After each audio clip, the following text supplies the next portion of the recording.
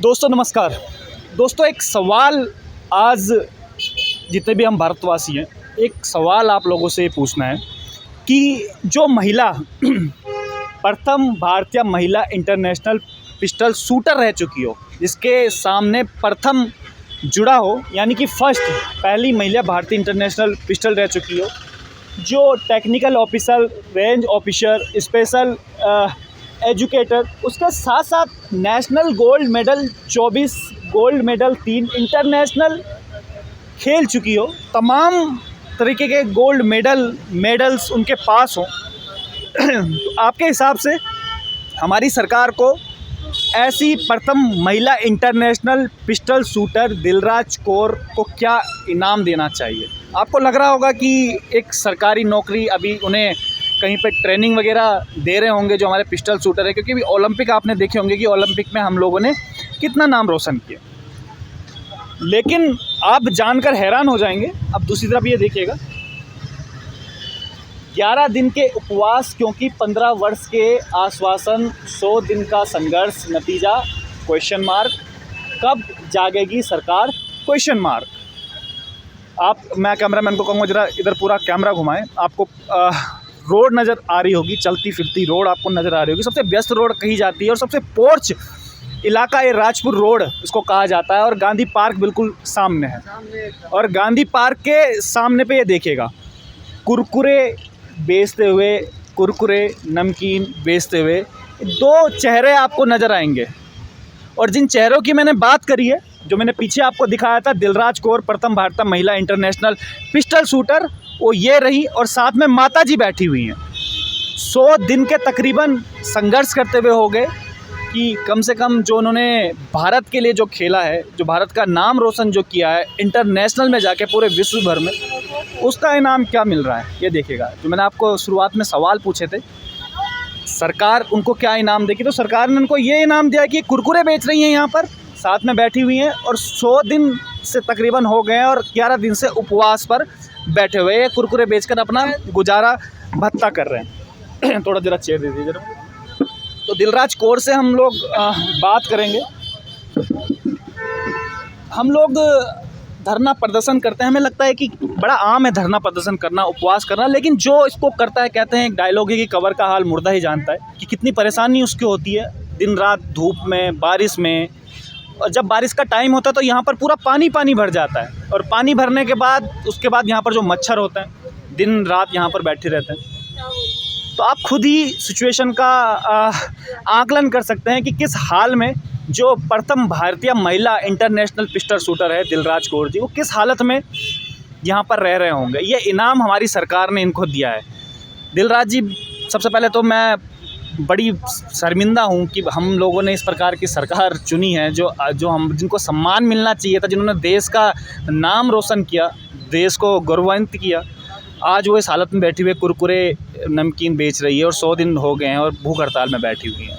सबसे पहले तो पूरे इसकी तरफ से मैं ही आपसे माफ़ी मांगता हूँ। आप ऐसा मत कीजिए, आप लोग भी तो हैं जो मेरी आवाज़ उठा रहे हैं, लोगों को बता रहे हैं, बट ये है कि सरकार कब जागेगी, ये सवाल हमेशा रहेगा।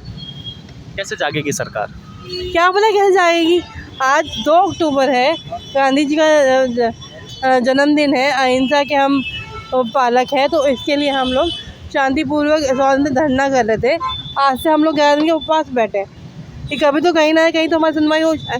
अब आप देख लो, बारिश नहीं अहिंसा, लोग कहते हैं कि अब एक गांधी जी का नहीं, हमें भगत सिंह बनना पड़ेगा। तो गांधी जी बन के तो देख लिया है, उपवास में बैठ गए हैं, 100 दिन रह गए हैं, तो ये अब भगत सिंह बन के इधर गाना गलत तो नहीं पकड़ सकते ना।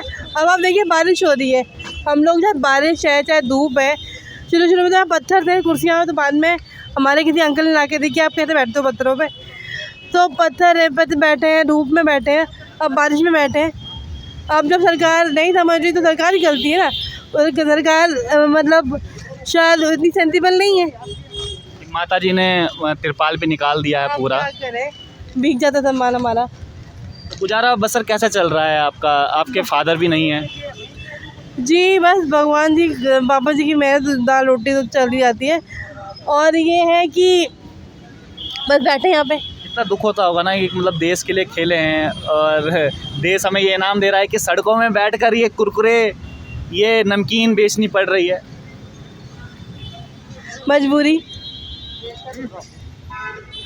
तो ये किसका दुर्भाग्य है, देश का दुर्भाग्य है कि आपका दुर्भाग्य है? मेरा दुर्भाग्य तो नहीं कहूँगी, क्योंकि मेरे को भगवान ने बहुत सौभाग्य से भेजा है। बहुत सारी चीज़ें जो शायद दूसरे लोग नहीं कर पाते एबल बॉडी में, मुझे वो सब भगवान ने दिया है। तो मेरा दुर्भाग्य नहीं है, दुर्भाग्य उन लोगों का है जो मेरे अचीवमेंट्स को अंडर वैल्यू करते हैं। मतलब जो जिनके नज़रों में मेरी उपलब्धियों की आंकलन कम होती है, वो दुर्भाग्यवश। अगर आप किसी नेता की बेटी होती, कोई सोर्स बहुत बड़ी होती, तो हो सकता था कि आपकी नौकरी लग जाती। तो मैं यहाँ बैठी होती। वही मैं कह रहा हूँ, अगर आप किसी नेता की बेटी होती है उस होती तो आपकी कब की नौकरी लग चुकी होती। क्योंकि उत्तराखंड में हमने देखा है, जो बड़े बड़े नेता हैं, जो आप पोस्टर बैनर आप देख रहे होंगे, मैं अपने कैमरामैन को कहूँगा जरा पोस्टर बैनर दिखाएं, जो कोने में आप देख रहे होंगे, यहाँ के मेयर सुनील गामा जी, उनकी बेटी आउटसोर्स के माध्यम से सीधा सरकारी नौकरी लग जाती है। और जो दूसरी तरफ जो इसके नीचे उनकी बैनर के नीचे यहाँ पर बैठे हुए हैं, जिन्होंने देश का नाम रोशन किया है, जो इंटरनेशनल पहली भारतीय महिला शूटर, जिन्होंने देश के साथ साथ अपने प्रदेश का नाम भी रोशन किया है, आज वो उसी बैनर के नीचे बैठी हुई है। क्योंकि वो किसी नेता की बेटी नहीं है, क्योंकि उनके पास कोई ऐसा सोर्स नहीं है, वो खाली यहाँ पर अनशन ही रह सकती हैं। इसलिए इनकी अभी तक सरकारी नौकरी नहीं लग पाई। बड़ा दुख होता है हमें इस चीज़ का। साथ में माता जी भी बैठी हुई हैं, आप देखिएगा, माता जी भी बगल में बैठी हुई हैं। माता जी से भी बात करते हैं थोड़ा सा ज़रा।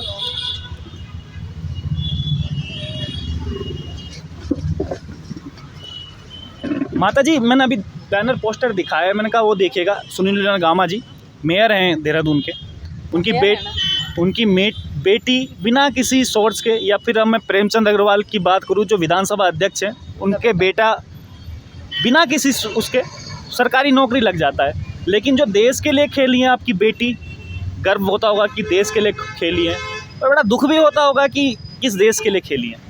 बिल्कुल सही कह रहे हैं। सबसे पहले तो मैं 2 अक्टूबर मुजफ्फरनगर कांड के शहीदों को नमन करती हूँ। दूसरा ये अहिंसा के पुजारी जिनको कहा जाता है, और महात्मा गांधी जी और लाल बहादुर शास्त्री जी, जिनका सादा जीवन रहा, उच्च विचार रहे, हम तो उनके नक्शे कदम पे चल के यहाँ बैठे हुए हैं। पर मेरे को तो लगता है कि बच्चों को पढ़ाना नहीं चाहिए आजकल। सीधे गुंडे बदमाश बनवाओ, उसके बाद उनको पॉलिटिक्स में भेजो, चाहे वो अनपढ़ हो, गंवार हो, उनको पॉलिटिक्स में भेजो, 2-4 को माराएं, जेल जाएं, नेता बन जाएं, उसके बाद अपने बच्चों को नौकरियां दिलवा दो, चाहे वो पढ़े लिखे नहीं है। यही तो हो रहा है। अब किसी मिनिस्टर की लड़कियां हैं, वो देख लो क्या है, इतना नहीं करी होती, बड़े बड़े अवार्ड देती हैं। मैं ताज्जुब करती हूँ कि इनको पूछो, इनको ABC आती है इस चीज़ की जिसके लिए अवार्ड मिलते हैं। तो ऐसे को क्यों नहीं है, मेयर साहब की लड़की को क्यों दे दी नौकरी? मैंने उनसे कहा, वो फिर मुँह छुपाते मेरे से घूमते हैं। मुझे तो डर ही नहीं है, ना मरने का ना जीने का। हमारे पीछे रोने वाला कौन है? हम 2 ही तो माँ बेटियाँ हैं, कोई खोने का डर नहीं है। 100 दिन हो गए हैं, उपवास रखा है, नहीं मानेंगे, भूख हड़ताल रखेंगे। आप लोग हो ना, बाद में क्या करेंगे? दिलराज और उसकी मदर भूख हड़ताल में मर गई और ये दिए जला दिए हमने, मोमबत्तियाँ जला, क्या फ़ायदा? वो भीड़ अब आए ना साथ देने, बाद में क्यों मोमबत्तियाँ जला रहे हैं? अब इनको नहीं, ये तो पैदल हैं अकल से सारे के सारे। मैंने कई बार कहा कि कोमा शब्द नहीं यूज़ करना चाहिए, पर सरकार कोमा में है, सब कोमा में है। कोमा वालों का आप ऐसे हाथ हिलाओ, नहीं उठते।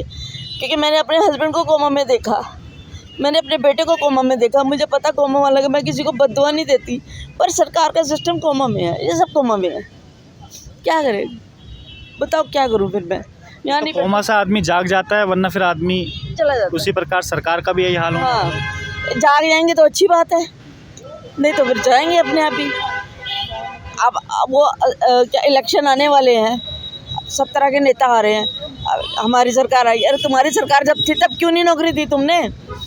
तब तुम्हारे में हिम्मत नहीं है। जब तुम नेता पर प्रतिपक्ष हो तो तुम नेता वाला दम नहीं रखते।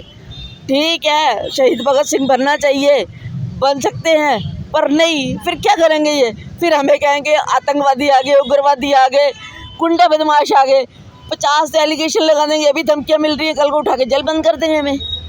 उससे अच्छा संघर्ष करते लड़े, हम मरे, जेल में बंद कर देंगे, प्रताड़ित करेंगे। अभी तो कर रहे हैं, कम है क्या? मेंटली टॉर्चर कर रहे हैं। 6 दिन से मैं पड़ी हूँ, ये इतना पानी आ गया था, धूप थी, पानी में ऐसे पूरी मैं भीग गई।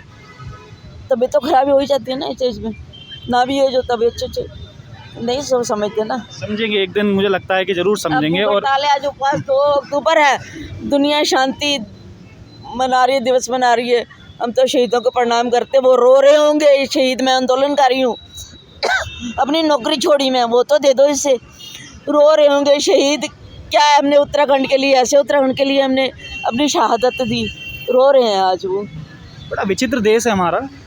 ये देखिएगा, 2 तस्वीरें मैंने सुबह आपको दिखाई थी गांधी जयंती के दिन। एक तरफ सफ़ेद पोश नेता गांधी जी की प्रतिमा पर खूब सूट बूट पहने हुए, सफ़ेद कुर्ता पहने हुए गांधी जी के गले में माला डाल रहे थे, और दूसरी तरफ आपने देखा कि तमाम बेरोज़गार जो लोग थे वो धरना प्रदर्शन कर रहे हैं, मुख्यमंत्री आवास कूच कर रहे हैं। और दूसरी तस्वीरें मैं भी आपको दिखाऊंगा, बड़े हंसते खेलते आपको चेहरे नज़र आएंगे। दूसरी तरफ आप देखिएगा, सुनील उनियाल गामा जो मेयर हैं, उनकी बेटी बिना किसी डिग्री के उनको सरकारी नौकरी प्राप्त हो जाती है। और दूसरा आप देखिए, दूसरा पहलू जो हम कहते हैं सिक्के का, जो माँ बेटी हैं बैठी हुई हैं, पहली भारतीय महिला इंटरनेशनल पिस्टल शूटर, जो कई गोल्ड देश के लिए ला चुकी है, नेशनल इंटरनेशनल खेल चुकी हैं, और आज वो यहाँ पर भूख हड़ताल पर बैठी हुई।